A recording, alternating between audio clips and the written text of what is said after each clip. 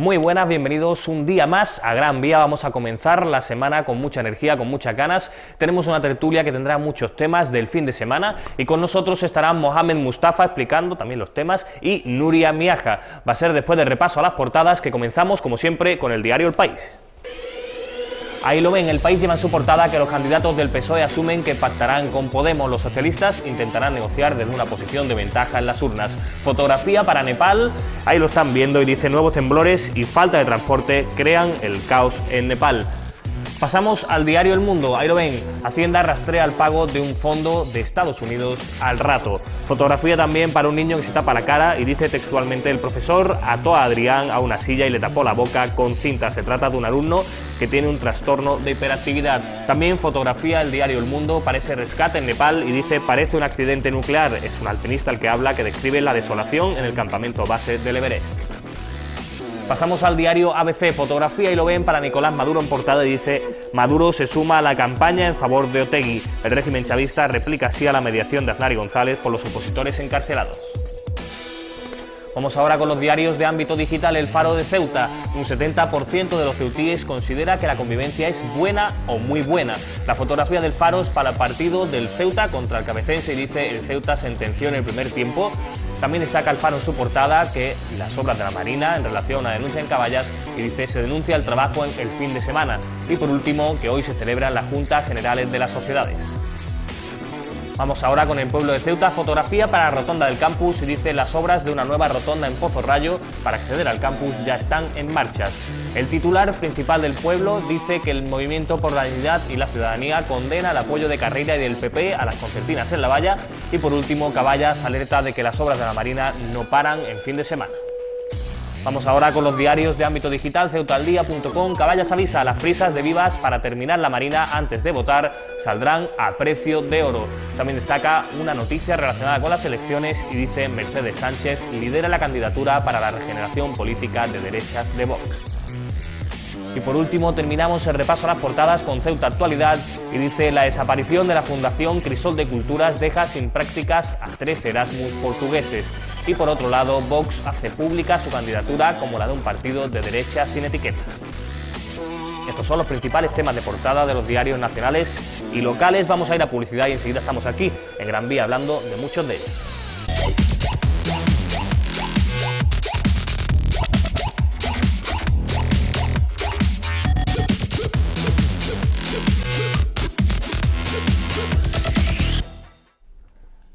Muy buenas, pues ya estamos aquí de vuelta en Gran Vía. Vamos a comenzar nuestro apartado de tertulia. Tenemos con nosotros, como he anunciado antes, a Mohamed Mustafa. Mohamed, bienvenido una semana más con nosotros. Un placer.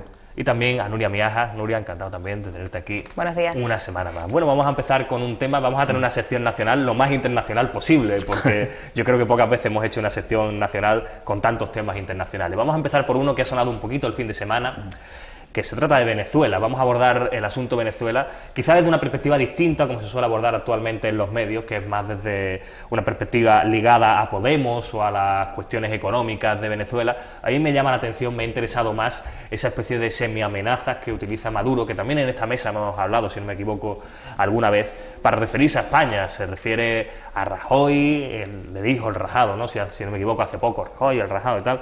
Y hace no mucho la propia ministra de Exteriores de Venezuela decía que se iban a tomar contra España las medidas que hicieran falta. Y a mí eso me sonaba un poco a tono bélico. Y se ve que no me equivocaba mucho, porque a los pocos días Maduro, que ha tendido la mano a España de cara a una reunión con la Unión Europea, sí decía que estaba dispuesto a hablar con España, pero que eso sí, que tengan claro que si esto es una batalla, una pelea de leones, algo así vino a decir, esta pelea la ganamos nosotros.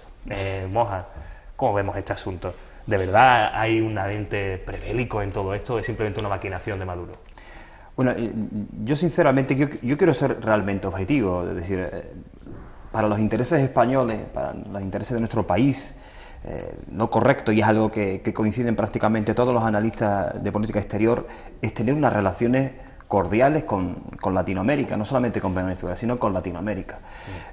Nuestro país ha ido perdiendo progresivamente influencia en Latinoamérica y esto se ha notado en las últimas décadas y se ha notado también cómo la influencia norteamericana se ha aprovechado de las relaciones con Latinoamérica. Afortunadamente ha habido una serie de cambios políticos que ha hecho regresar al punto de origen estas influencias estadounidenses, pero las relaciones españolas con Latinoamérica pues no pasan por grandes o por buenos momentos, ¿no? Al margen de lo exabrupto de Maduro, es interesante reconocer que nuestro país, por los diferentes lazos históricos comunes que tiene con Latinoamérica, económicos, comerciales, necesita tener una presencia permanente, una presencia además lo más correcta posible con Venezuela y con el resto de países, pero también es cierto que dos no se llevan bien si uno no quiere, ¿no? También hay que reconocer que ha habido unas situaciones, unos elementos disruptivos en las relaciones con Venezuela, como puede ser la extradición de diferentes etarras o la famosa pequeña crisis o anécdota a destacar que era del presidente Chávez con el jefe de Estado, sí, pero no salían de esa normalidad, o sea, de esa tensión normal entre ambos países. Yo creo que las últimas declaraciones de Maduro sí que han sobrepasado esa línea roja, no lo suficiente para romper relaciones absolutas con Venezuela, pero sí que se ha roto esa cortesía diplomática que hay, se ha roto ese léxico que se suele utilizar muy fino en la diplomacia, y tanto por parte de nuestro país en algunos asuntos que hablaremos más adelante, como ahora en este momento por parte de Venezuela, y esto que creo que no beneficia prácticamente a nadie, ¿no? Yo entiendo que hay que reconocer la soberanía de Venezuela como no podía ser de otra manera, pero también hay que reconocer que España también tiene su propia soberanía, y faltarle el respeto al presidente del gobierno no es el camino más correcto para enderezar unas relaciones bilaterales. Fallan los asesores del gobierno venezolano, y sobre todo falla el léxico que utiliza Venezuela para España. Eso sí que es un error de bulto, y aunque anuncian que la batalla la van a ganar, etcétera, etcétera, voy a poner un ejemplo, ¿no? Las relaciones más tensas habidas con Venezuela las ha protagonizado Estados Unidos, y sin embargo recientemente Obama, el propio presidente de Estados Unidos, reconocía que había que rebajar las tensiones. Ahora no entiendo cuando esas tensiones que se van a rebajar con el máximo enemigo de Venezuela, ahora resulta que uno de los países que ha tenido muchísimos lazos comunes con Venezuela se permita el lujo de tener unas relaciones tan tensas como las que tenemos actualmente, ¿no? Quizá también Venezuela ahí está buscando, y esto es una opinión mía, puedo estar equivocado, esa figura del enemigo exterior que tanto estamos hablando y tanto se está hablando en los medios últimamente. Nuria, bueno, ¿cómo ves tú este asunto? Que además España incluso retiraba al embajador de España de allí, que por cierto va a volver en breve, ya de Caracas, sí. Efectivamente. Pues sí, como bien dice Nacho, y además yo estoy de acuerdo prácticamente en lo que ha dicho Moja. Creo que Venezuela, en su intento de despistar la población de todos los problemas internos que están ocurriendo en el país, insiste mucho en buscarse ese enemigo exterior. Os lo decía, ¿no? Estados Unidos fuera, pues ahora tenemos España, ¿no? En buscarse ese enemigo exterior para culpabilizarlo de todos los problemas internos que tienen en el país, ¿no? La inflación desbocada, el dramático problema del desabastecimiento que tienen, la corrupción, la inseguridad ciudadana, que quiero recordar que en 2014 fueron más de 16.500 personas asesinadas, la caída del precio del petróleo, y además porque sus amigos cubanos están mirando ya hacia el norte, ¿no? Por tanto, todos esos problemas, al final, Nicolás Maduro quiere culpabilizar a alguien, quiere señalar a alguien, y en este caso, bueno, pues su política de descrédito, su política de insulto y su política de amenazas al gobierno español, ¿no? Yo estoy de acuerdo con Moja. Tenemos las relaciones con Iberoamérica y con Sudamérica tienen que estar muy bien comedidas, muy bien trazadas, exactamente, muy bien cimentadas, porque estamos hablando de países, bueno, que necesitamos, que nos necesitan, y además porque tenemos una trayectoria cultural muy ligada a ellos, ¿no? Por tanto, bueno, vuelvo a decir, ¿no? Intenta culpabilizar, intenta buscarse un enemigo exterior, ya no lo tiene en Estados Unidos, y ahora bueno, pues señala a España. Sí, señala a España de una forma bastante fuerte. Yo por eso me ha interesado tratar este tema, porque me parecía que era un ataque bastante directo. Bueno, como tú decías, que no era lo suficiente, claro, que no era lo suficiente como para romper las relaciones diplomáticas, pero no sé yo si el resto de la ciudadanía estaría de acuerdo con eso, porque ha sido mucho lo que se ha atacado a España, incluso ya se ponía en duda es que a mí la continuidad de las empresas españolas. La memoria es muy selectiva, y esto hay que decirlo. A mí me gustaría también destacar que desde nuestro país también se ha ofendido a Venezuela. Es decir, hemos tenido una campaña mediática dirigida al fuerte auge de Podemos, ligada con Venezuela. Es decir, todo lo malo maloso estaba en torno a Podemos y en torno a Venezuela.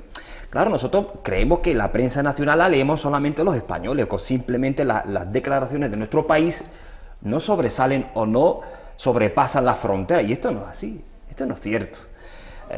Decir, en el siglo XXI. Claro, claro. Con Internet y con la prensa digital. Claro, y esto así, además en Venezuela se ve las televisiones españolas, oiga usted. O sea, tendemos a creer que Venezuela es el tercer mundo o cualquier... Y esto no es así. Esto no es realmente así. Puede tener sus problemas, pero Venezuela es un país libre y soberano, y las injerencias en Venezuela han sido constantes a lo largo de las últimas 3 décadas. Esto no hay que olvidar. Entonces, hay unos antecedentes que hay que ponerlos sobre la mesa. Es decir, las relaciones Venezuela-España o la tensión que surge ahora no es espontánea, sino que también tiene una serie de antecedentes. Claro, a mí como español, a mí no me gusta que el representante de ningún país le falte el respeto a mi presidente, que yo puedo estar en absoluto disconformidad con todas las políticas que haga Mariano Rajoy, pero sigue siendo mi presidente. A mí no me gusta, pero tampoco me gusta que mi país también le falte el respeto al resto de países. Y a mí lo que me gustaría como español es que las relaciones con Latinoamérica sean lo mejor posible, sobre todo para los intereses españoles, para los intereses de las empresas españolas que están ahí, para los intereses de los españoles que residen en Venezuela y para los intereses económicos de nuestro país con Latinoamérica. Esto es importante y esto hay que definirlo claramente. Por encima de esto están los gobiernos, pero es que por encima de los gobiernos también están las multinacionales, que tienen unos intereses bastante más poderosos que los propios gobiernos. Entonces, nosotros sabemos de la diplomacia lo que leemos. Cuando hablamos de expropiaciones en Venezuela, que es un instrumento normal de uso de amenaza para con nuestro país, también hay que saber qué es lo que sucede en Venezuela, qué es lo que hacen estas multinacionales y qué es lo que realmente interesa a ambos gobiernos. Entonces, tenemos un tablero a medio contar y la ciudadanía leemos solamente lo que nos facilita. Claro. Pero lo que sí queda absolutamente y meridianamente claro, que las relaciones España-Venezuela, si son buenas para los españoles y para los venezolanos. Esto es absolutamente claro y meridianamente claro e indiscutible. Por lo tanto, yo creo que es necesario retomar de nuevo las relaciones, esa mano tendida que soltaba Maduro para con Rajoy, al margen del exabrupto de la amenaza. Yo creo que habría que tomarla. Y la vuelta de nuestro embajador a Caracas también entiendo que es un movimiento acertado por nuestro país. Y que rebajar las tensiones también es un movimiento acertado por parte de nuestro país. Y esto hay que decirlo. Como decía Moja, aparte de que hay que retomar esas relaciones, España también, aunque es evidente que es Venezuela, por lo menos de cara a nosotros, a los españoles, la que está tirando las piedras, digamos que España tampoco se está portando todo lo bien que debería. O también hemos puesto parte de esos granitos de arena en que la relación no sea todo lo buena posible. Y hay un detalle que quizás no es culpa de España como país, pero sí que nos afecta, y es la irrupción de Felipe González, que no olvidemos que él es libre de hacer con su ejercicio profesional lo que quiera, pero sigue siendo un expresidente del gobierno español y en cierto modo termina representando la imagen de España allá donde va. Nuria, ¿algún problema con que Felipe González termine yendo a Venezuela a defender en principio a los opositores de Maduro? Bueno, a eso parece que va, ¿no? De hecho, ha habido una solidaria... no sé, parece que se han puesto de acuerdo, ¿no? Aznar y Felipe González, ¿no? En ese caso, ¿no? En la defensa de esos opositores de Maduro, ¿no? Efectivamente, Aznar también, que es verdad que no lo he mencionado, pero también irrumpió ahí, es otro expresidente de España. Exactamente, yo creo que además pocas veces se han puesto de acuerdo en cuestiones de esta tipología, ¿no? Y parece que va eso, ¿no? Bueno, pues a defender, no podemos olvidar que tenemos líderes opositores que están encarcelados y además en una cárcel militar allí en Venezuela, ¿no? Por tanto, bueno... podemos tener opinión en determinadas cosas, pero hay cuestiones personales que uno toma las decisiones, y que es cierto que las decisiones de un expresidente no son las decisiones de cualquier ciudadano de a pie, tienen esas consecuencias, tendrán consecuencias, y bueno, vamos a ver qué ocurre, pero parece que la decisión está muy tomada y la tiene además muy clara, que va a Venezuela. ¿Y tú, Moja? A mí de verdad, mira, yo quiero decirlo, primero voy a decir esto para que no quede en el tintero y no suscite ningún tipo de debate. Los líderes opositores que están en la cárcel tienen mi máxima solidaridad y deseo de todo corazón que tengan la mejor defensa posible. Dicho lo cual, la política exterior y la política internacional qué hipócrita puede ser. Y qué nivel de desagrado y de repugnancia me genera. Fíjense ustedes, hablamos de líderes opositores encarcelados en Venezuela, que tienen nuestro absoluto respeto, pero de los líderes, por ejemplo, por poner un ejemplo nada más, de los líderes opositores en prisión que han sido condenados a sentencia de muerte a ser colgados por el régimen de Al-Sisi en Egipto, no decimos ni mu. Entonces, lo que cabe aquí preguntarnos es qué es lo que pasa. ¿Que los líderes opositores tienen nuestro respeto en función de qué país están? ¿Qué pasa? ¿Que los líderes opositores que están en el resto de los países subsaharianos tampoco merecen nuestra atención? ¿De qué estamos hablando? Evidentemente que la intención de Felipe González es interesada, actuar en Venezuela, porque yo también le rogaría que fuese a Egipto a defender al líder de los hermanos musulmanes que ha sido condenado a muerte, que dentro de poco se le va a ahorcar, que tenemos un presidente electo por el pueblo egipcio en prisión, y que tenemos a un dictador que está gobernando y los ha sentenciado a muerte, con la connivencia de Estados Unidos e Israel. Entonces aquí las relaciones internacionales, como son los superpoderosos, nos callamos, reculamos y simplemente mantenemos un silencio cobarde y cómplice. Porque si somos agentes que interactuamos en el sistema internacional, somos cómplices con nuestro silencio. Y esto hay que tenerlo en cuenta. Y cuando usted se va a defender a cualquier líder opositor en cualquier lugar del mundo, tiene usted mi absoluto respeto. Pero por favor, pronúnciese de igual forma con todos los líderes que han sido elegidos democráticamente o opositores que han sido elegidos democráticamente y que están en prisión. A mí eso me subleva muchísimo, porque evidencia que el sistema internacional, las relaciones internacionales están basadas en intereses. Siempre lo ha sido así, no descubrimos la pólvora, pero están sustentadas en intereses, a veces, permítanme la expresión, de verdad espurias, intereses que realmente rozan la hipocresía y rozan evidentemente la deshumanización de la política, ¿no? Bueno, sin ánimo de contradecir tu exposición, ahora mismo en que comparto en buena parte, sí me gustaría puntualizar que, si no me equivoco, a Felipe González lo han venido a buscar. Bueno, es decir, y también es verdad que a España se le ha implicado de forma directa en la oposición venezolana, tanto es así que vinieron las mujeres, si no me equivoco, de dos de los principales líderes venezolanos encarcelados y se reunieron tanto con miembros del gobierno como con miembros de la oposición. Cosa que quizá no ha hecho la oposición egipcia, o igual sí, yo me equivoco y lo desconozco. Que eso no quiere decir que yo esté quitándote la razón, no, simplemente puntualizando que a lo mejor no es una injerencia casual. No lo tomo como una injerencia, Nacho, Es decir, yo lo he dicho al principio porque no quería que esto se tomase de la forma que no es, ¿no? Yo sí que, de verdad, que deseo la mejor defensa posible para cualquier líder opositor que esté en prisión, lo deseo. Igual que en su debido momento, cuando teníamos el apartheid sudafricano, las relaciones internacionales se conjugaron en un punto determinado, hubo un sistema internacional que entendió que ese apartheid tenía que desaparecer y desapareció, porque el sistema internacional y todos los países lo entendieron así. No sucede de igual forma en otros países, Nacho, y no es ánimo de levantar el debate, pero tenemos a un Estado soberano como es el palestino, sometido a otro apartheid, y no suscita las mismas relaciones internacionales que en aquel momento, cuando este apartheid es peor que el anterior. Cuando su líder, que cuando fue desencarcelado y lideró Sudáfrica, dijo que el apartheid sudafricano no desaparecería en tanto en cuanto Palestina siguiese ocupada. Y sin embargo, las relaciones internacionales vuelven a evidenciar en qué se basan, en relaciones de poder e intereses.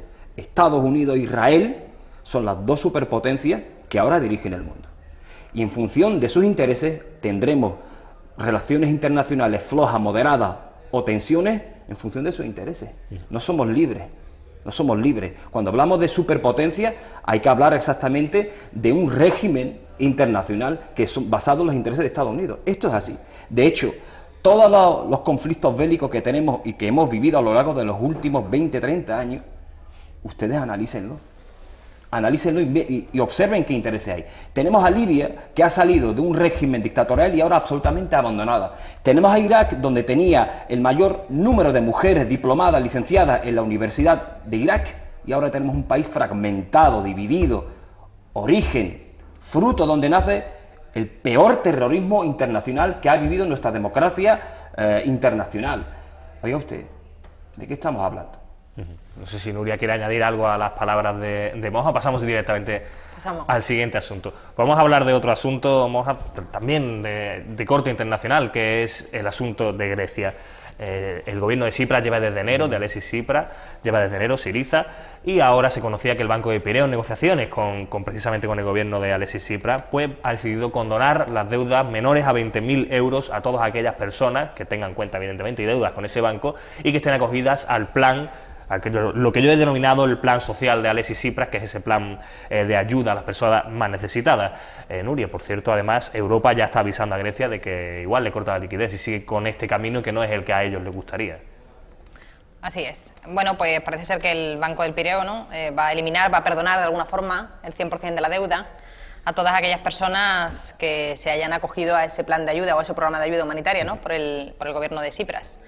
De esta forma van a dar un paso real, o así además lo consideran ellos. Yo creo que es un compromiso por parte de la entidad para aliviar la difícil situación que tienen los griegos. No solo una situación económica muy complicada, sino además eso está provocando que la situación social no sea menos mala, ¿no?, menos grave. Con esta deuda se le va a congelar además sus préstamos hipotecarios y se le va a eximir del pago de intereses al menos durante un año, que parece ser que es lo que va a durar esa condonación, ¿no? Yo pienso que ha sido un compromiso por parte de la entidad. No sé si se sumarán más entidades o actuarán de forma similar, como el Banco del Pireo, repito, ante la coyuntura actual y ante las necesidades económicas y de la sociedad que tienen en Grecia, ¿no? Pero desde luego yo creo que esto va a contribuir al impulso de los griegos, ¿no? Va a ser un respiro para los griegos, al menos para aquellos que se acojan a esa programa de ayuda humanitaria. Y además he querido leer que a las personas que no se hayan acogido a ese programa de ayudas, bueno, pues van a intentar establecer otro tipo de ayudas similares para que, bueno, pues para que al final se equipare, ¿no?, el resto de la población y puedan respirar todos un poco. Y se acaba este tema principalmente porque hubo muchas críticas a Alexis Tsipras al comienzo de su legislatura, por decirlo así, de su mandato, diciendo que, bueno, que había prometido cosas que luego no podía cumplir, pero parece ser, todo apunta que por lo menos va poniendo pequeñas piedras, ¿no, Nuria? No sé cómo lo habrá conseguido, pero desde luego ha tenido que ser un esfuerzo importante, porque el frenar a una entidad bancaria a que deje de cobrar intereses durante un año, intereses mínimos, porque estamos hablando de deudas inferiores a 20.000 euros, préstamos y tarjetas bancarias, ¿no? Pero aún así yo creo que, bueno, pues hay que aplaudir ese esfuerzo que habrá hecho Tsipras, ¿no?, en ese aspecto, ¿no?, por ayudar a su ciudadanía. Moja, ¿cómo ves tú este asunto? Que además me imagino que muchas personas en España estarán diciendo, ojalá se aplicara aquí también. Bueno, yo de verdad que creo que es una noticia ejemplar. Ejemplar porque cuando el gobierno de Tsipras, cuando todavía no era gobierno, ya anunciaba en pre-campaña qué es lo que iba a hacer, muchísimas personas de nuestro país se tomaban a pitorreo estas medidas. En la medida en que relacionaban también la candidatura de Tsipras con el ascenso de Podemos, esto no hay que olvidarlo. Entonces, y la medida en que la gran parte de las medidas de Tsipras coincidían o tenían medidas análogas en nuestro país con el programa de Podemos. Bueno, y suscitaba efectivamente una reacción muy belicosa por parte de diferentes medios de comunicación y por parte de muchísimos partidos políticos. Esta es la primera en la frente, ¿eh? Como muy bien ha dicho Nuria, son 20.000 euros, me parece que era deudas inferiores a 20.000 euros, provenientes de créditos de consumo, o sea, no estamos hablando de elementos de lujo, sino estamos hablando de gente que está endeudada para salir adelante y efectivamente congelar los intereses. Esto supone un desahogo familiar importantísimo. Pero es que además al plan Tsipras hay que sumarle que cerca de 153.000 personas van a recibir ayuda para agua, luz y alimentos. Claro, aquí es cuando se evidencian dos formas de hacer política, ¿no? Está la que hemos hecho nosotros, que es rescatar bancos, porque esto hay que llamarlo así, rescatar bancos, no líneas de crédito, sino rescatar bancos. Nosotros hemos rescatado bancos y ahora está un gobierno griego diferente que rescata personas. Y además lo hace acometiendo medidas concretas. La del Banco de Pireo y las 153.000 familias que van a ser rescatadas para elementos básicos, la ayuda humanitaria, este plan de ayuda humanitaria. Claro, se confrontan dos formas de hacer política. Entonces, a nivel europeo ya tenemos el primer, claro, gran desafío. Evidentemente Europa, con la Troika, junto con Alemania, entiende esto como un desafío, porque nos han vendido hasta la saciedad que no hay otra forma, no hay otra fórmula, no hay una solución para salir de la crisis, que no es posible rescatar personas, que si queremos sobrevivir hay que rescatar a los bancos, a los intereses privados y evidentemente que la ciudadanía en general soporte la carga, porque en nuestro país quien ha soportado la carga de los rescates bancarios, de todas las medidas que se han acometido, de los recortes, hemos sido la ciudadanía. La ciudadanía.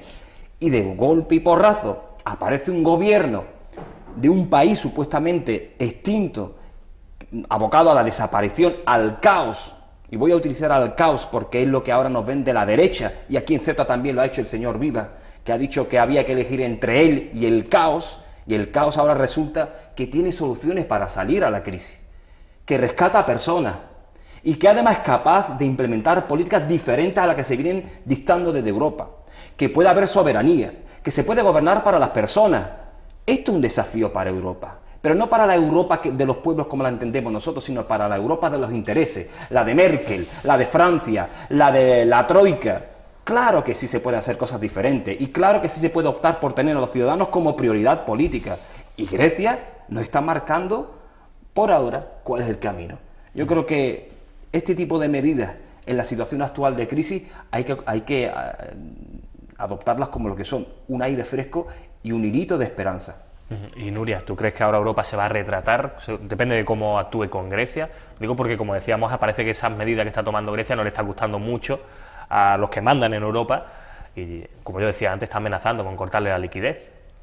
Claro, es que son totalmente contrarias a las que pretende imponer Europa. Por tanto, el hecho de que Tsipras esté implementando unas políticas que favorezcan o que den respiro a la ciudadanía, pues va en contra de lo que ellos llevan vendiendo durante mucho tiempo, ese austericidio, ¿no?, que hemos además denunciado en muchísimas ocasiones, ¿no? Por tanto, esto no le va a gustar nada a Europa. El hecho de que la ciudadanía vea que es posible, que se puede hacer, ¿no? Así que bueno, vamos a esperar a ver qué hace Europa, pero yo estoy segura que no le va a gustar, porque además, claro, si tú te pasas un montón de tiempo vendiendo, muchos meses vendiendo, que eso es imposible, que ayudar a las familias, que además estamos hablando de una entidad bancaria, que es la propia entidad bancaria la que va a hacer, aunque haya sido directamente desde el gobierno, ¿no?, pero es la entidad bancaria la que va a relajar el bolsillo de las familias, ¿no?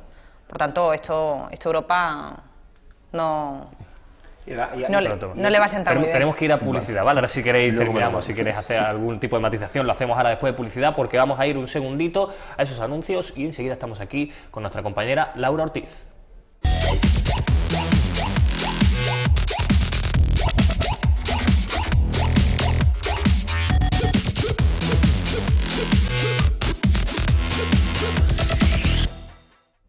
Ya estamos de vuelta aquí en Gran Vía, vamos ahora a conocer toda la actualidad de Ceuta de la mano de nuestra compañera Laura Ortiz. Laura, ¿cómo va el día?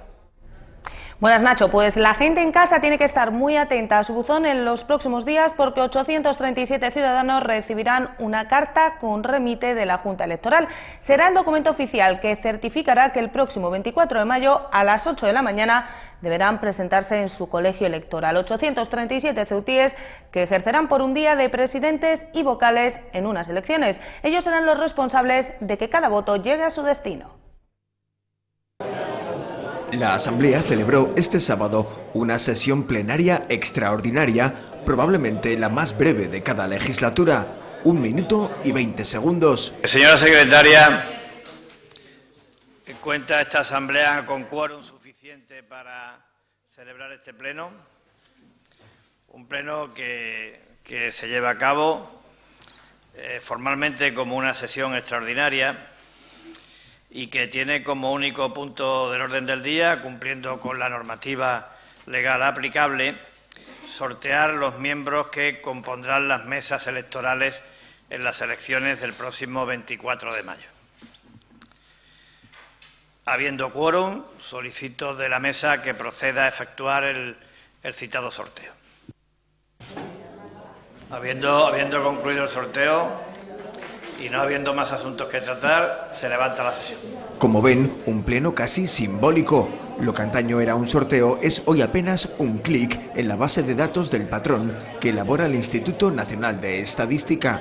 un padrón de ceutíes con derecho a votar que contiene 61.778 nombres, de los que saldrán los presidentes y vocales que conformarán las 93 mesas electorales distribuidas en 34 colegios electorales. Los próximos días pues se procede a hacer las notificaciones y bueno, y las personas que las reciban, pues si tienen alguna alegación, pues la presentarán en la Junta Electoral de Zona, que este año está en la calle Fernández. De estos más de 61.000 electores, 59.300 son españoles y 37 extranjeros de países comunitarios que han solicitado expresamente participar en este proceso. También podrán votar, aunque por correo, 2.300 ceutíes que residen en el extranjero. Cada mesa electoral está formada por un presidente y 2 vocales, además de 2 suplentes por cada puesto. El Instituto Nacional de Estadística nos facilita un software que hace el sorteo aleatoriamente entre todas las personas que cumplen las condiciones, que son menores de 70 años que sepan leer y escribir, y en el caso de los presidentes se elige de esas menores de 70 años que sepan leer y escribir, además que tengan bachiller superior o formación profesional de segundo grado equivalente.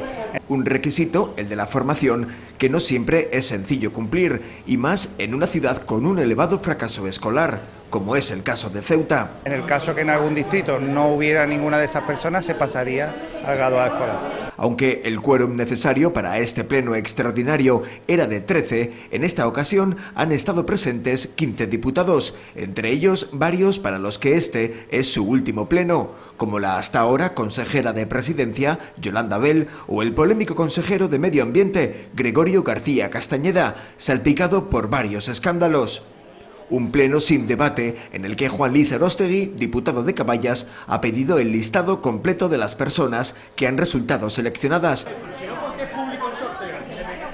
¿Para qué se hace público el sorteo? Si lo hubiera resuelto, dándome la copia del sorteo. Algo poco habitual, ya que ni siquiera a las personas presentes en la sala se les ha adelantado el resultado del sorteo. Es necesario esperar a la notificación oficial. Pues ya lo han oído, mayores de 18 y menores de 70 años con graduado escolar. Ese es el perfil de quienes compongan las mesas electorales, un deber casi ineludible que tiene algunas excepciones. Ser mayor de edad y menor de 70 años y tener el graduado escolar. Muy pocos son los requisitos para ejercer de notario de unas elecciones, como pocas son las excepciones para librarse de este deber. La normativa exime este deber, no siempre apetecible, a las personas que sean miembros de juntas electorales o interventores y apoderados designados con anterioridad a la notificación del nombramiento de miembro de mesa. Además, también quedan exentos los militantes en activo, los condenados por sentencia firme a la privación del derecho a votar o a ser escogido, y las personas que hayan sido declaradas incapaces por sentencia judicial firme. Los enfermos, estén hospitalizados o no, pueden eludir la tarea en la jornada electoral, al igual que los residentes fuera de la circunscripción electoral o los trabajadores del mar que se encuentren embarcados. Las personas no elegibles en los comicios y quienes vayan a presentarse como candidatos también pueden documentar esta circunstancia como causa justificada para no formar parte de una mesa electoral. Y cambiamos de tercio, aunque no dejamos el terreno de la política. Caballas ha acusado al gobierno de Vivas de usar las instituciones en beneficio de su campaña electoral. El enfado de la coalición viene tras comprobar que las obras de la Marina han continuado durante el fin de semana, pese a que lo prohíbe expresamente el convenio del sector, lo que interpretan como un acelerón en los trabajos para concluir el nuevo paseo antes de las elecciones. Pero recuerdan, las horas extras de los obreros se pagan con dinero público. Y la secretaria de Igualdad del PSOE, Sandra López, ha acusado al Gobierno de no tomarse en serio la que, en opinión de la socialista, debería ser el pilar de todas las políticas en Ceuta, la igualdad. El PSOE ha calificado de mentira los resultados del tercer plan de igualdad, que debería ser, según los socialistas, el motor de la regeneración económica de la ciudad.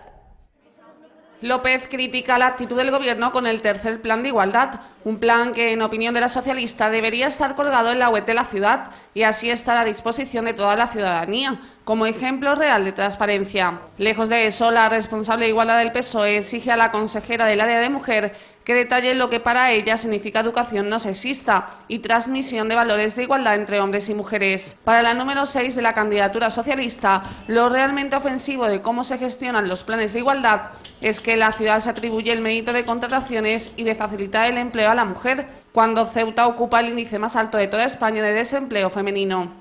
López habla de bajeza moral el dar un 62% al total de objetivos consignados para trabajar la diversidad sociocultural y la calidad de vida cuando en Ceuta, señala el PSOE, hay tanta exclusión social y discriminación cultural. La socialista advierte además al Gobierno de la ciudad de que el plan de igualdad no es un papel mojado ni un escaparate a vender, sino que debe ser tomado como el motor de impulso de la regeneración económica, democrática e inclusiva de más de la mitad de la población de Ceuta. López considera que si el PSOE gana las elecciones, Ceuta será la Ceuta de la igualdad y de las oportunidades de todas las personas sin excepción.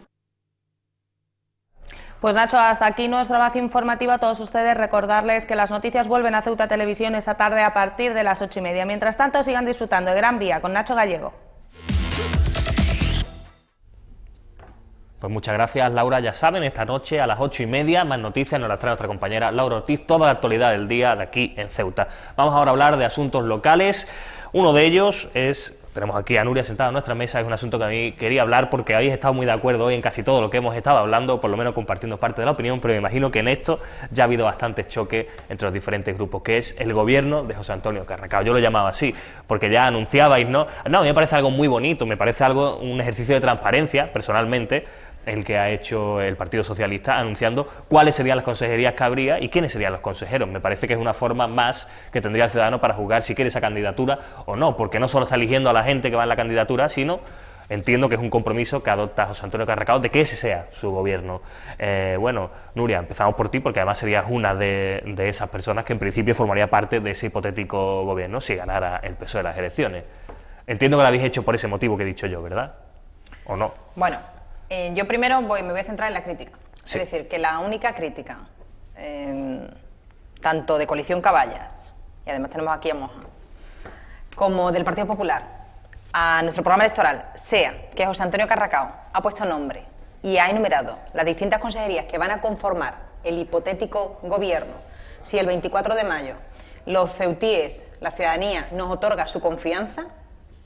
Eso confirma, eso me corrobora que tenemos un programa electoral de 10, que nuestras propuestas son muy brillantes, porque es la única crítica que han hecho respecto al programa electoral, ¿no?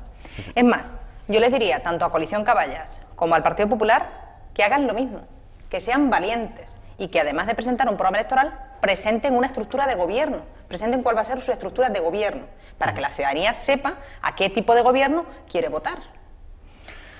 Porque porque a mi juicio, han dicho que era una falta de respeto, ¿no? Sí. A mi juicio, probablemente las personas que nos ven además estén de acuerdo conmigo, faltar al respeto es nombrar a consejeros que no han sido elegidos democráticamente. Faltar al respeto es colocar a consejeros que no han sido elegidos por la ciudadanía. Eso es faltar al respeto a mi juicio. Eso más que faltar al respeto es un fraude electoral. Porque tú has colocado a consejeros que no iban en las listas electorales. Eso no se debe hacer. Eso no se puede hacer. ¿Vale? Por tanto, José Antonio Carracao aquí ha vuelto a hacer un ejercicio, como bien decías, Nacho, de transparencia, de honestidad, de honradez política, porque además del programa electoral, antes de votar, ha querido enseñar, ha querido mostrar a la ciudadanía a qué tipo de gobierno van a votar y además, y no que después salgan con sorpresa, como nos tienen acostumbrados, bueno, pues algunos partidos políticos aquí, ¿no? Que cuando, en el hipotético caso, vuelvo a decir, ¿no?, que salieran de gobierno, bueno, pues nos enseñen algunas de las sorpresas que se tenían guardadas, ¿no? Que muestren, que enseñen también su estructura de gobierno y cuáles van a ser los titulares de esas consejerías y qué número de consejerías, porque quizás no quieran enseñar cuál va a ser su estructura de gobierno porque probablemente superen creces a las 7 consejerías que propone José Antonio Carracao. Sí, esa era otra de las novedades de ese hipotético gobierno de Carracao, que también reduciría, ya lo anunció también en las pasadas elecciones, si no me equivoco, de 9 consejerías pasaría en este caso a 7 o a 6 consejerías, anunciaba también en pasadas elecciones. Y bueno, Moja, como decía Nuria, Caballas ha sido bastante crítica, bueno, Caballas y también en general la oposición, con ese anuncio del PSOE. ¿Por qué? Sí, a mí me gustaría dejar claro que el punto de partida que utiliza Nuria, no sé si lo ha hecho tendenciosamente o prácticamente lo ha hecho sin querer. Nosotros no hemos atacado el programa electoral del PSOE, nosotros hemos criticado una propuesta concreta, que es la estructura de gobierno, que nada tiene que ver con el programa electoral. Es decir, nosotros no entramos a discutir el programa electoral, que cuando quiera pues podemos mantener un debate sobre qué es lo que necesita Ceuta y los diferentes programas electorales. Nosotros estamos aquí dispuestos. Nosotros lo que y además también voy a coincidir con ella en algo, cuando habla del fraude realmente sería tener a consejeros no electos. Claro que sí, eso lo hemos denunciado como Caballas en infinidad de ocasiones y como UDC a lo largo de los últimos 14 años. Dice, esto no es nada novedoso para nosotros. Si ha habido un partido beligerante en la medida en que el gobierno de Viva se ha caracterizado por nombrar a consejero no electo, hemos sido nosotros, con Mohamed Ali como líder de la oposición. Lo hemos criticado hasta la saciedad y hemos criticado no tener a un representante en la mesa rectora hasta la saciedad en los últimos 14 años. Si ha habido alguien que ha criticado esto durante los 14 años de Viva, ha sido Mohamed Ali, que ha estado presente en esos 14 años. Beligerante absoluto. Coincidencia absoluta en cuanto a los consejeros no electos, coincidencia absoluta en cuanto no hay transparencia en la gestión de Viva, coincidencia absoluta en cuanto a que el Partido Popular utiliza los instrumentos administrativos como rodillo para hacer desaparecer a la oposición o acallar la voz de la oposición, coincidencia absoluta. En eso no hay ningún tipo de discusión, no hay ningún tipo de distensión. Ahora, lo que sí nos parece faltar al respeto es presentar una estructura de gobierno sin previamente decir o escuchar la voluntad política de los ciudadanos. Eso sí que nos parece una falta de respeto. Yo, como ciudadano, no quiero hablar ahora como político, yo como ciudadano, aquella persona que consume la política local desde su casa, a mí lo que me interesa saber son cuáles son las propuestas de los partidos políticos, cuáles son las propuestas y cómo se van a hacer. ¿Cómo se van a hacer? Es decir, no solamente quiero que me mandes mensajes de voy a hacer esto, sino también quiero que me expliques cómo lo vas a hacer. Que ahí radica realmente la capacidad de los partidos políticos. Esta ha sido una obsesión grandísima para Caballas a lo largo de los últimos 4 años de esta legislatura. Nosotros cuando hemos propuesto algo también hemos dicho cómo se hace. De hecho, Caballas ha sido la única formación política que ha presentado un presupuesto alternativo, pero precisamente para decir cómo se hace. ¿De qué prescindimos? ¿Cuáles son las prioridades para Caballas? Lo hemos hecho a lo largo de estos 4 años, no solamente ahora en la campaña electoral. Es decir, no vamos a retomar algo novedoso, sino que le vamos a decir, en los últimos 4 años hemos dicho que las prioridades son el ciudadano, son las políticas sociales y el desempleo. Estas son las prioridades para Caballas, van a seguir siendo prioridades para Caballas. ¿Y cuáles son las medidas que vamos a adoptar? También lo vamos a decir, pero es que hay medidas que se están adoptando que son fruto del trabajo de estos últimos 4 años de Caballas. Plan de empleo juvenil, el IMIS, el programa de alojamiento alternativo, son medidas o son propuestas que evidencian cuáles son nuestras prioridades. Es decir, en el debate de las ideas, en el debate de las propuestas, de cómo se tienen que hacer, es que estamos encantados, porque de hecho la discusión en la arena política está para eso, para proponer. Ahora, lo que me parece tremendamente soberbio es darse por ganador. Y esto es una crítica no por, digamos que la hago desde una perspectiva de político, sino como ciudadano. Es decir, yo como ciudadano, que a mí me digas que vas a reducir las consejerías, tremendamente de acuerdo, Nuria, también lo hemos propuesto nosotros, pero no solamente en eso, sino también la reducción de número de cargos políticos al servicio de la administración. Recordemos que el Partido Popular tenía una mansalva de asesores a su cargo y nosotros siempre lo hemos criticado y siempre hemos abogado por reducir ese número de cargos políticos, porque entendemos que un gobierno se puede gestionar de forma eficiente con un menor número de cargos políticos, no solamente consejeros, sino también asesores. Y también hemos dicho que tampoco tenemos que estar tan bien retribuidos los diputados, porque entendemos que prescindir de las dietas que nos dan como diputados también es factible. Es decir, en esas cuestiones nos vamos a encontrar. Donde no nos vamos a encontrar es darnos por ganadores. Vamos a salir a ganar, pero si vamos a salir a ganar son por nuestras propuestas, por las medidas que presentamos, por cómo las vamos a hacer y porque los ciudadanos lo valoran. Y ahí también nos vas a encontrar, Nuria. Donde no nos vas a encontrar, evidentemente, en decir quiénes son, porque nosotros cuando conformamos la lista elegimos a las mejores personas, que creo que todos los partidos lo hacen, eligen a los mejores candidatos. Y cuando tú elijas a los mejores candidatos, estás obligado a elegir entre los consejeros de tu lista. Y ahí también nos vas a volver a encontrar algo que no hace el Partido Popular, que es cierto, que el Partido Popular incurre legislatura tras legislatura en fraude electoral. Esto es cierto, pero no solamente nombrando a personas no electas, sino en el incumplimiento del programa. Es que el Partido Popular, ahora en estos últimos 14 años, está inhabilitado para hablar en materias tan importantes, tan sensibles como la protección social, el desempleo, la vivienda. No puede hablar de educación. ¿Por qué? Porque ha tenido 14 años de gobierno. No está en la misma situación de Caballas o la del Partido Socialista, que debemos proponer. Ellos han tenido 14 años para implementar. Es decir, una de las medidas estrella que el Partido Popular ahora ha puesto sobre la mesa y que quiero utilizarla como ejemplo, como paradigma. Ahora el señor Carreira nos dice que van a acometer la medida de construir un albergue juvenil en Ceuta. Yo le voy a recordar al señor Carreira que el albergue juvenil es una propuesta vieja de la juventud ceutí. Es una de las máximas reivindicaciones del extinto Consejo de la Juventud, extinto por culpa del Partido Popular. Es una de las medidas que recogía el Plan Joven 2004-2008 que aprobó el Partido Popular en la anterior legislatura y en la que participó Jóvenes Demócratas, en la que nosotros propusimos que el albergue juvenil estuviese. No se ha movido un solo ladrillo y ahora resulta que, teniendo vistas unas elecciones, resulta que ahora van a acometer la primera medida importante en cuanto a juventud, que es la construcción de un albergue. No, señor, usted y sus compañeros están inhabilitados para hablar de juventud, de empleo, de protección social, de vivienda, porque han tenido 14 años para hacer y no han hecho absolutamente nada, sino empeorar la situación actual de todos los ciudadanos. Ahí nos vas a encontrar siempre, Nuria, siempre. No sé si querías añadir algo al debate con Yo, por empezar con lo último, yo estoy totalmente de acuerdo en que el gobierno del Partido Popular está inhabilitado, absolutamente, pero está inhabilitado desde simplemente pronunciar la palabra transparencia. O sea, está inhabilitado para pronunciar siquiera la palabra transparencia. A partir de ahí, inhabilitado para absolutamente todo. Todo, porque estamos hablando de 14 años. No estamos hablando de una legislatura ni dos, estamos hablando de 14 años. Empezando por ahí.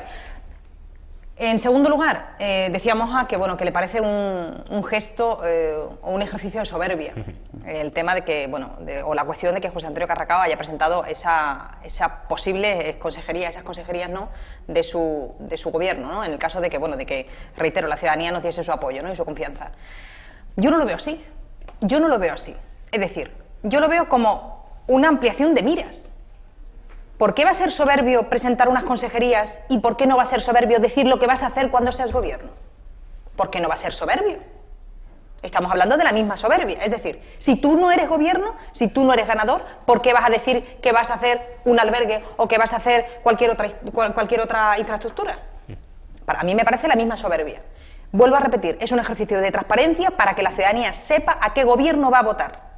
Que muestre lo que tienen que hacer las diferentes formaciones políticas, sobre todo las formaciones políticas que han hecho esta crítica, que muestren cuáles van a ser sus consejerías, que sean valientes y que le digan a los ciudadanos, vamos a tener 7, 9 o 16 consejerías, porque probablemente no se estén pronunciando en este aspecto, porque sepan que si se pronuncian les va a restar muchos votos, porque saben que probablemente si se pronuncian y que nombran a las posibles consejerías y a las posibles viceconsejerías, en este caso también, les va a restar muchos votos.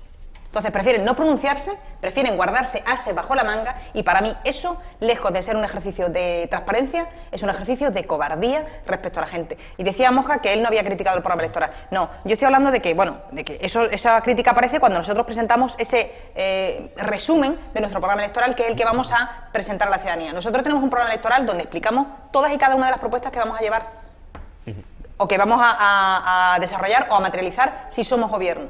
Y las tenemos explicadas. En el libro gordo de Petete, como todas las formaciones políticas, tienen un programa más ampliado. Nosotros ese vamos a presentarlo a la ciudadanía, con nuestras propuestas estrellas, con nuestras propuestas brillantes, como la creación de un colegio, como la creación de un parque en los jardines de la Argentina para los niños, una ciudad de niños y niñas, como el desarrollo económico de Ceuta, como Ceuta ciudad de negocios, una Ceuta más atractiva, más social, más justa, más sostenible, más sana, más... Ese es nuestro resumen, eso es lo que vamos a vender. Y dentro de ese resumen estaba en la portada y aparecen las diferentes consejerías. Por eso yo hacía referencia que la única crítica que tienen tanto Coalición Caballas como Partido Popular a nuestro programa electoral es que José Antonio Carracao le haya puesto nombres a las consejerías. A mí me parece, vuelvo a repetir, que tenemos un programa electoral, nos lo hemos currado mucho y tenemos un programa electoral muy bueno. Hay un enlace además para todos los ciudadanos y ciudadanas que quieran verlo. Para que entren y vean cuáles son nuestras propuestas y cómo las vamos a desarrollar. Porque además nuestras propuestas no solo son títulos, nuestras propuestas están desarrolladas y las diferentes infraestructuras dónde van a ser ubicadas aquí en la ciudad. Ese enlace donde lo puede consultar la gente, ya que lo has dicho, ¿en qué página web? Bueno, tenemos una página web que es carracao.si, donde se pueden consultar y además hay un enlace al programa electoral. Vosotros tenéis vuestro programa también en redes sociales, ya que le he dado la oportunidad a Nuria, tú también puedes... ¿Tenéis vuestro programa en redes sociales? ¿Lo vais a colgar en internet? Nuestro programa lo pueden encontrar en la página web caballaceuta.com. Pero de todas formas, nuestro programa electoral ha sido repartido, más que esto... Es que esto diferencia y evidencia cuáles son las diferencias entre un partido u otro. Nuestro programa electoral, os recuerdo que lo ha aprobado la ciudadanía. Nosotros hemos repartido 15.000 ejemplares de nuestro programa electoral hace 2 meses atrás. Lo hemos repartido, ha llegado a todos los domicilios de Ceuta. Luego se abrió un periodo donde se podían aportar las aportaciones ciudadanas y recibimos cerca de 200 aportaciones ciudadanas. Es decir, nuestro programa electoral no es el programa electoral de Caballas, es el programa electoral de Caballas junto con la ciudadanía. Además, esto lo tengo que decir con enorme satisfacción, porque participa la ciudadanía. Y luego, posteriormente, nuestro programa, cuando ha recibido las aportaciones, ha sido aprobado por la Asamblea, es decir, ha tenido un proceso absolutamente democrático. Somos la única formación que ha tenido un proceso de primarias, donde la ciudadanía también ha podido elegir quién quiere que lidere Caballas. Es decir, han elegido a su candidato, han elegido su propio proyecto a través del programa electoral y además han participado de forma activa. Han tenido la opción de elegir cómo, cuándo, quitar, poner. Esto es absolutamente novedoso. Esto nunca se había hecho en Ceuta hasta que lo ha hecho ahora Caballas. La ciudadanía reclamaba mayores cuotas de participación y la hemos dado. O sea, es que me produce tremendamente, de verdad, me produce desasosiego en determinados momentos, porque claro, dice, los programas electorales no se leen. Oiga usted, los programas electorales no se leerán, serán gordos, serán frases, pero evidencian cuál es la forma o cuál es la ciudad que tú quieres. Y nosotros no decimos cuál es la forma de ciudad solamente con el programa electoral, sino a lo largo de estos últimos 4 años. Han sido durante 4 años donde hemos desarrollado epígrafe por epígrafe nuestro programa electoral. Hemos evidenciado cuáles son nuestras prioridades. Es decir, aquello decía que por sus acciones los conoceré. A nosotros se nos conoce por defender al máximo la protección social, denunciar hasta la saciedad la corrupción, el clientelismo del que se caracteriza el gobierno del señor Rivas. Se nos caracteriza evidentemente por luchar hasta la saciedad, por tener un empleo digno. Estoy diciendo que el programa que hay ahora de Plan de Empleo Juvenil es una iniciativa de Caballas. El salario social o el IMI no existiría si no existiese Caballas. Eso nos define y nos coloca en la situación de partido serio, porque cuando hemos dado el paso de decir económicamente cómo vamos a gestionar el dinero público y decir partida por partida dónde vamos a ponerlo y cómo lo vamos a ordenar, siendo la única formación que ha presentado un presupuesto alternativo, evidencia trabajo, rigor y seriedad, Nacho. Entonces, el programa lo pueden encontrar en nuestra página, pero es que el programa lo llevan haciendo Caballas y la ciudadanía estos últimos 4 años. Es algo de lo que yo estoy tremendamente orgulloso porque entendemos a la política de otra forma. Bueno, Nuria, te doy la palabra para que... Yo una última cuestión con respecto a lo que decía él de su programa. Nuestro programa se ha derivado de esos diálogos de la conferencia política que llevamos haciendo más de un año. O sea, no ha sido un programa que nos lo hayamos sacado de la manga o que lo hayamos elaborado de un día para otro. Es cierto que ha sido mucho esfuerzo porque llevamos un año de conferencia política, un año diálogo tras diálogo, donde ha podido participar la ciudadanía, donde se han presentado también alegaciones por parte de la ciudadanía, y es un programa que al final ha derivado de todas esas alegaciones y de todos esos diálogos de la conferencia política. Y nada más. Bueno, pues Nuria, Moja, hemos terminado aquí exponiendo vuestros programas electorales, que está muy bien, ya nos acercamos a las elecciones y es importante también hacer llegar a la gente como sea, de la forma que sea, y este programa es una de ellas, pues las diferentes propuestas de todos los partidos políticos, en este caso, pues las vuestras, que también son muy interesantes. Moja, muchas gracias por acompañarnos. Un placer. Nuria, también, un placer estar aquí contigo una semana Muchas más. gracias. Y a ustedes aguanten un segundito, me van a dejar que me cambie de ropa, vamos a hacer una pausa y estamos aquí con Alejandra Ferreras, nuestra sección de psicología.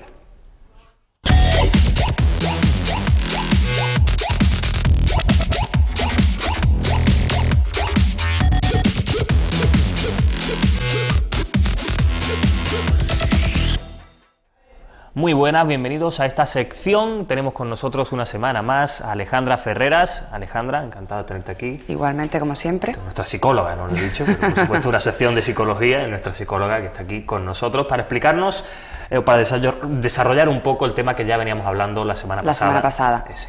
Empezamos a hablar de las inteligencias, describimos los tipos de inteligencia, que eran 8, y hoy, ¿qué vamos a hacer? Pues como tú bien has dicho, la semana pasada ya apuntamos que el concepto de inteligencia como algo global había desaparecido, se había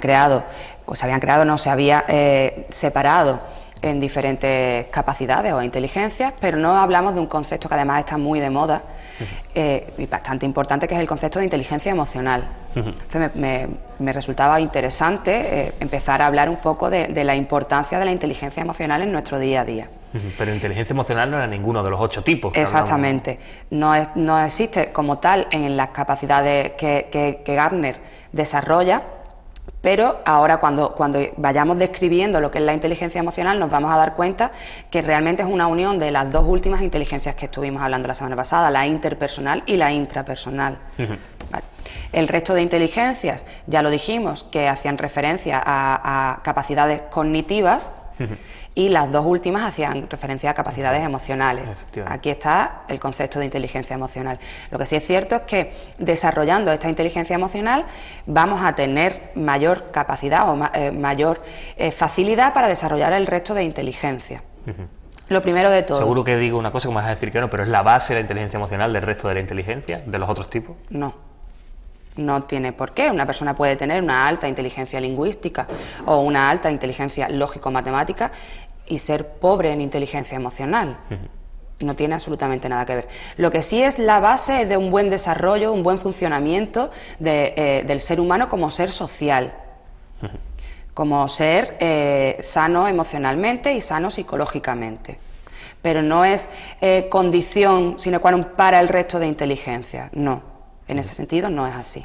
Como pero siempre me encanta contradecirte. Tú, ¿no? Está bien. Pero sí ayuda a desarrollar el resto. Sí ayuda a desarrollar porque una de las cosas, uno de los beneficios de tener una alta inteligencia emocional es que ante las dificultades que se nos van presentando en nuestro día a día, ante las adversidades, vamos a responder de una mejor manera, vamos a encontrar nuestras herramientas de una manera más rápida y vamos a hacer frente a esos impedimentos, a esas adversidades. Evidentemente, si partimos de esa base, si nos fijamos en ese punto, está claro que el desarrollo de cualquier otra inteligencia nos va a resultar más fácil.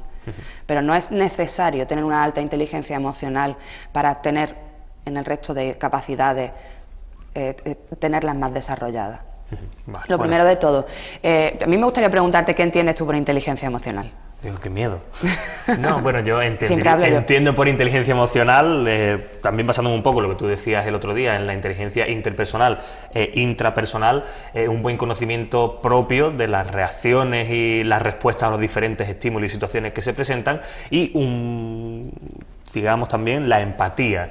Una buena capacidad empática. Entiendo yo que eso sería inteligencia emocional. Has hecho los deberes, un poco. Hombre, conozco los típicos estudios que se hacen con niños y tal, ¿no? Que salen mucho en la tele, además se utiliza mucho en la tele. Está muy de moda ahora, además, la inteligencia emocional. Efectivamente, la has descrito a la perfección.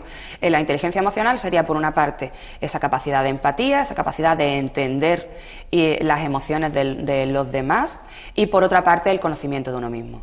Saber gestionar nuestras propias emociones, como acabo de decir, el encontrar las herramientas necesarias a la hora de hacer frente a las presiones, al estrés, a las dificultades. Inter e intra sería la unión de ambas. ¿Nacemos con una inteligencia emocional de base? Sí y no. Es decir, hay exactamente con el resto, como pasa con el resto. No eres muy determinista, por lo que veo. Yo nada, pero eso ya eso ya lo llevas viendo tú desde el principio. Yo siempre en el punto medio, no me gustan los pensamientos dicotómicos. Seguimos, que esto era ya una reflexión. Pues me he perdido. Sí. Como decíamos con el resto de inteligencia, evidentemente sí tenemos una base en el que tenemos más facilidad para potenciar esa capacidad. Con la inteligencia emocional pasa exactamente lo mismo. Evidentemente, además lo vemos en los niños pequeños, pues que hay niños que son más empáticos que otros, hay niños que responden mejor ante sus propias emociones que otros, pero eso no significa que tenga que ser así de por vida, sino que tanto en la infancia como incluso en la edad adulta podemos ir desarrollando esa inteligencia emocional. Y eso es lo que me gustaría a mí hoy explicar un poquito, es decir, dar esas pequeñas claves o esos pequeños ejercicios que podemos hacer a diario, que además deberíamos introducir en nuestra vida, en nuestro día a día, y que nos van a ayudar a desarrollar nuestra inteligencia emocional. ¿Por qué? ¿Porque queremos ser muy inteligentes? No tiene nada que ver con eso, sino porque, como ya hemos dicho, nos va a ayudar a tener unas relaciones sociales adecuadas, nos va a ayudar a tener una relación con nosotros mismos de manera adecuada. Y eso al final se traduce en ausencia de trastornos y en una vida más plena y feliz, por decirlo de alguna manera. Perfecto, entonces, ¿cómo podemos? ¿Cómo podemos? Lo primero, tenemos que hacer una reflexión, como siempre. Sabes que yo siempre invito a la autocrítica y a la reflexión y ver en qué nivel de inteligencia emocional estamos. O sea que hay diferentes niveles. Hombre, establecidos, quiero decir. No están establecidos. Vale. O sea, nosotros tenemos que ver, bueno, cómo respondo ante ciertas situaciones, cómo me enfrento hacia las emociones de los demás, hacer un poco de reflexión, crear una línea base, por decirlo de alguna manera, para ver también en qué área nos hace falta un poquito de entrenamiento. Conocimiento de sí mismo. Ese sería el primer ejercicio. ¿Te conoces a ti mismo? ¿Conoces cuáles son tus puntos fuertes y cuáles son tus puntos débiles? ¿Sabes gestionar tus propias emociones? ¿Reconoces en ti mismo las emociones? Tú dirás, bueno, ¿cómo no vas a reconocer? Yo sé cuando estoy enfadado, sé cuando estoy alegre, sé cuando estoy... No es cierto. Ni todo el mundo tiene esa capacidad, ni nosotros, una persona que tenga esa capacidad en determinados momentos, no sé si te habrá pasado de que te ocurre una situación estresante y llega un momento en que no sabes si tienes ira, impotencia, rabia, estás enfadado o estás triste. Hay un cúmulo de emociones, una mezcla tal... que no sabes realmente sentarte y decir estoy enfadado por esto y estoy triste por esto y esto. Bueno, pues es muy importante saber distinguir nuestras propias emociones, porque al final esa emocionalidad es la que nos va a llevar a actuar de una manera o de otra, que eso también lo hablaré a continuación. Sí, aparte me imagino también que los propios mecanismos de defensa y de autocontrol de esas emociones nos pueden llegar a hacer confundirnos, ¿no? Exactamente, a eso me refiero con que nos van a llevar a actuar de una manera o de otra. Ahí, está claro, como yo siempre te lo digo, además no hay que tomar decisiones cuando uno está contento, excesivamente contento, sino que hay que calmar primero la emoción, irse un poco a la situación real y a partir de ahí actuar conforme. Eso lo va a dar el conocimiento de uno mismo. Podemos hacer en nuestra casa una lista, cuáles son mis virtudes y cuáles son mis defectos, cómo actúo ante determinadas situaciones, qué cosas me gustan de mí y qué cosas no me gustan de mí. A eso me refiero con ser autocrítico. Es que a mí no me gusta cómo me tomo, cuando algo no sale como yo espero, me gustaría tomarme las cosas con un poco más de calma, saber respirar, sentarme y buscar un camino alternativo. Y no me gusta ser tan explosivo o ser tan impulsivo. Por lo tanto, primer paso muy importante para hacia una buena inteligencia emocional, conocimiento de uno mismo. Tomarse la vida con optimismo. Esto no significa que nos vayamos a volver flower power, no. Se trata de, evidentemente, tener una visión realista de lo que ocurre en nuestra vida, en nuestro día a día, e intentar siempre sacar algo positivo de todo lo que nos ocurra. Intentar tomarnos las cosas con un poco de humor siempre que sea posible, el buscar una doble lectura a todo, Mira, hay una frase además que es muy conocida, de un discurso de JFK que habla de que la palabra crisis en chino en la Unión, no sé si conoces. No me Bueno, pues JFK, él era muy amante de Asia y uno de sus discursos, él dice que la palabra china crisis es la unión de dos caracteres que significan peligro más oportunidad. A partir de ahí muchísimos políticos, muchos, la han desvirtuado un poco y hablan de que en chino el carácter crisis es igual al carácter oportunidad. Bueno, no es cierto. Y lo que dijo JFK tampoco es cierto. Él lo dijo, pero eso no es cierto. La palabra crisis en chino no significa peligro más oportunidad. Pero a mí me gusta utilizarlo.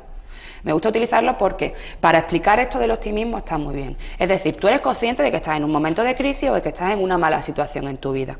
Eso no significa que tú no te puedas sentar, hacer un análisis completo de esa situación y empezar a buscar en qué puntos puedes tener una oportunidad para mejorar o para cambiar algo en tu vida que no te gusta. Con esto lo que quiero decir es que de toda situación, por mala que sea, siempre podemos sacar una lectura positiva, más o menos positiva, pero siempre podemos sacar algo bueno. Pues el conseguir hacer eso día a día, al final lo que va a hacer es que tú termines gestionando tus propias emociones. Por lo tanto, vamos a aumentar la inteligencia emocional. Optimismo, ante todo, vamos a tomarnos la vida con un poco de alegría, un poco de humor. Fomentar la curiosidad. Las mentes cerradas. El interés. Entiendo. La curiosidad. No solo el interés, la curiosidad. Vamos a abrir la mente. Yo me la acabo de decir, que no eres nada determinista. No lo soy. Precisamente por eso, porque siempre intento tener la mente lo más abierta posible. Yo soy totalmente contraria a lo que te he dicho antes, los pensamientos dicotómicos. Sí, no, nunca, siempre, blanco, negro, no. La vida realmente no es así. Hay muy pocas cosas, por no decir casi ninguna en la vida, que sean así, blanco o negro. Vamos a empezar a fijarnos en la sutileza de las situaciones, en los pequeños detalles, porque eso nos va a dar diferentes pistas, nos va a ayudar a comprender mejor esa situación y al final va a repercutir en cómo nos afecta esa situación. Por lo tanto, volvemos a lo mismo, a una manera coherente de llevar a cabo nuestras emociones, de expresar nuestras emociones o de actuar conforme a nuestras emociones. Por lo tanto, apertura mental. Aunque nos va a ayudar también a cortar de raíz ciertas creencias irracionales, esos pensamientos que son así porque así lo hemos aprendido y no puede ser de otra manera. No, vamos a fijarnos en los detalles de las situaciones porque a lo mejor esa creencia que tú tienes o ese pensamiento tan cerrado no es así. Y eso al final, ese tipo de creencia, ese tipo de pensamiento lo que nos lleva es a una pobre inteligencia emocional, con uno mismo y al final con los demás, porque siempre terminamos extrapolando esa falta de inteligencia emocional nuestra hacia los demás. La empatía. Ya no solo la empatía en términos de ponerse en los zapatos del otro, de intentar entender al otro porque actúa de una manera o porque siente o piensa de una manera, sino ya un pasito más allá. Es totalmente necesario que cuando estamos en una relación social del tipo que sea, estamos interactuando con una persona, nos hagamos ciertas preguntas, como por ejemplo, ¿me gustaría que me tratasen como yo estoy tratando a esa persona? ¿Cuántas veces nos planteamos eso? Simplemente nos dejamos llevar por nuestras emociones. Estoy enfadado, me has fastidiado en el trabajo y yo en vez de sentarme a hablar contigo tranquilamente voy directamente a por ti. Bueno, pues si nos paramos y pensamos antes, me gustaría que me hiciese a mí esta persona lo mismo. O sea, ¿puedo permitirle que haya tenido un fallo? Pues ese simple momento de reflexión que nos va a durar 5 o 10 segundos, no solo nos va a ayudar a gestionar bien nuestras emociones, sino que nos va a llevar a tener unas relaciones sociales adecuadas, evidentemente. Y eso, a posteriori, lo que nos va a hacer es sentir mejor. Porque muchas veces cuando nos dejamos llevar por la rabia o nos dejamos llevar por la tristeza, al final terminamos haciendo cosas de las que no nos sentimos orgullosos. Y cuando llegamos a casa y ya ha pasado ese momento hiperemocional, decimos, pues podía haber hecho las cosas de otra manera. Sí. Es decir, también se trata de actuar, de tener un poco presente el concepto de asertividad, de no ser una persona pasiva, evidentemente, ni una persona agresiva, sino el utilizar la empatía para ser asertivo en nuestro día a día. ¿Conoces el concepto de asertividad? Sí, sí. Vale. No sé, creo que además, creo que lo hemos tratado en alguna ocasión. Si no, ya hablaremos de eso. Mira, ya tenemos para futuros programas. Lo señalo en rojo. Vale. Y por último, el último ejercicio. Vamos a intentar potenciar al máximo nuestras habilidades de comunicación. Ahí entraríamos, evidentemente, no sé si te has dado cuenta o si por lo menos te has fijado, que hasta las 3 primeras ejercicios, los 3 primeros tareitas que hemos ido hablando para desarrollar la inteligencia emocional hacen referencia a una inteligencia intrapersonal, porque estamos hablando de uno mismo, conócete, fomente la empatía, si son todas abre labores tu mente. De dentro. Bueno, pues estas 2 últimas, la anterior, la que hemos hablado, la empatía, y el fomentar o intentar desarrollar al máximo las habilidades de comunicación, entraríamos en la inteligencia interpersonal. En cuanto a las habilidades de comunicación, tanto comunicación verbal como comunicación no verbal, evidentemente. Vamos a intentar respetar el espacio personal de cada uno, la zona de confort. Es decir, vamos a entender que no todo el mundo tiene el mismo espacio o requiere el mismo espacio y vamos a intentar respetarlo. Vamos a aprender a leer el lenguaje no verbal de la persona que tenemos enfrente, porque el lenguaje no verbal es el que realmente nos va a decir de verdad qué tipo de emoción o de sentimiento o de pensamiento está teniendo esa persona en ese momento. Porque yo te puedo estar diciendo a ti cómo te quiero, Nacho, con la cara que me llega hasta el suelo y los puños cerrados.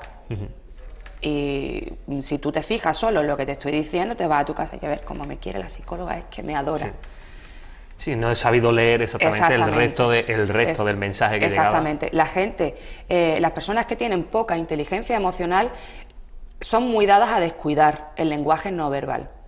No solo el propio, que además se ve en que los mensajes muchas veces son incoherentes, en el sentido de que no concuerda el lenguaje verbal con el no verbal, pero sobre todo en la lectura de la persona que tienen enfrente, de la persona que les está transmitiendo el mensaje. Eso les acaba convirtiendo en personas muy literales. No captan la ironía, por ejemplo. El sarcasmo. Doble sentido, el subtexto. Eso es una faena, realmente, en tu día a día, el no ser capaz, porque al final no te relacionas de manera adecuada.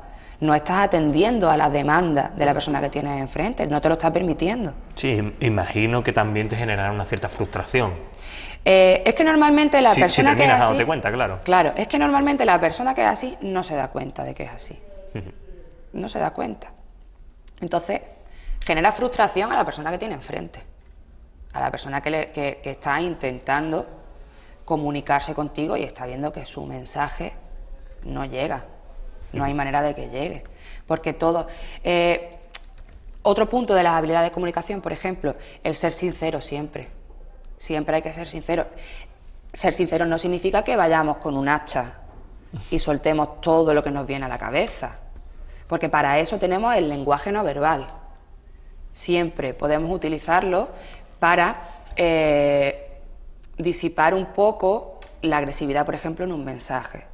Es decir, en vez de decirte algo que me ha molestado, en vez de decírtelo de sopetón y como se me viene a la cabeza, que es con insultos, bueno, pues voy a utilizar un lenguaje más sutil, pero a través de mi comunicación no verbal, a través de mi lenguaje no verbal, te voy a hacer saber que estoy muy enfadado. Es una persona con una pobre inteligencia emocional, se va a su casa creyendo que, bueno, que no te ha sentado tan mal. Eso lo que va a llevar es que siga realizando la misma conducta. Es decir, si yo te digo a ti, por ejemplo, normal, bueno, yo no sabes que no soy una persona muy seria, pero bueno, seria, normal. Mira, Nacho, que poco me ha gustado esta mañana cuando he llegado la broma que habéis hecho y... Así, normal. Y tú no tienes una inteligencia emocional, tú te vas a tu casa y mañana me vas a hacer otra broma diferente. Evidentemente. Completamente diferente. No es necesario que yo exprese una ira, porque estoy gestionando mis emociones, porque he hecho un análisis, porque me conozco, porque, vale, me molesta, pero tampoco es para tanto. Lo único que yo le quiero hacer saber a esa persona es que ese tipo de bromas conmigo no las utilice. Por lo tanto, si te das cuenta, en todas las interacciones personales, en todas las interacciones sociales, por ambas partes es necesario que exista una inteligencia emocional. En mí, al darte el mensaje, al regular mis emociones, al elaborar un buen mensaje verbal y no verbal, y en ti, en tener la capacidad de empatía, en tener la capacidad de ver qué ocurre, qué situación me ha llevado a eso, en pensar, ¿me gustaría que me tratasen a mí como yo la he tratado a ella? Si te das cuenta, es realmente la piedra angular de las relaciones sociales. Sí, sin duda alguna. ¿Qué ocurre? Nunca se ha prestado atención, jamás se ha prestado atención a la inteligencia emocional. Es decir, cuando a un niño se le habla de inteligencia, o a unos padres se le habla de inteligencia, es lo que decíamos la semana pasada. Únicamente en la inteligencia clásica, claro, la capacidad. Son capacidades intelectuales y punto. Eso no va a hacer que ese niño, cuando sea adulto, sea un adulto sano y sea un adulto feliz. Porque además lo que tiene la inteligencia emocional es que nos ayuda a poner en práctica el resto de inteligencia. Es decir, una persona con una alta inteligencia lingüística, tú como periodista, por ejemplo, imagínate que tienes cero inteligencia emocional, no eres nada empático, no sabes gestionar tus emociones ni las de los demás. ¿Cómo vas a transmitir desde tu papel de periodista? ¿Cómo vas a transmitir ciertas noticias? ¿O cómo vas a interactuar conmigo, con una invitada de tu programa? Sería un desastre. A lo mejor eres excelente como periodista eres excelente, redactando eres excelente, pero después no transmites absolutamente nada al público, ni por lo tanto sí que va a ayudar no a desarrollar la inteligencia como tú decías al principio, pero sí que va a ayudar a ponerla en práctica. Es decir, una vez que la he desarrollado, enseñarla al mundo, por decirlo de alguna manera. Bueno, pues vamos a terminar aquí este apartado dedicado a la inteligencia emocional. Seguiremos hablando de inteligencia en las siguientes entregas de esta sección. Ya hemos dicho también asertividad, ya que lo hemos mencionado por ahí también. Y lo que dijimos, el hecho de que cualquier persona que tenga algún tema que le gustaría que fuera tratado en el programa, yo por mí encantada. Yo de momento los voy decidiendo yo, pero... Efectivamente, pues como dice Alejandra, puede usted dirigirse al perfil de o bien de Ceuta Televisión o bien de Alejandra Ferrera Psicología mediante un mensaje privado para que sea lo más anónimo posible dentro de lo que es Facebook. Pues pueden mandar sus consultas y Alejandra en directo pues también resolveremos muchas de ellas si van llegando. Pues Alejandra, lo dicho, muchísimas gracias por acompañarnos una semana más. Nos vemos la semana que viene aquí, por supuesto, en Ceuta Televisión.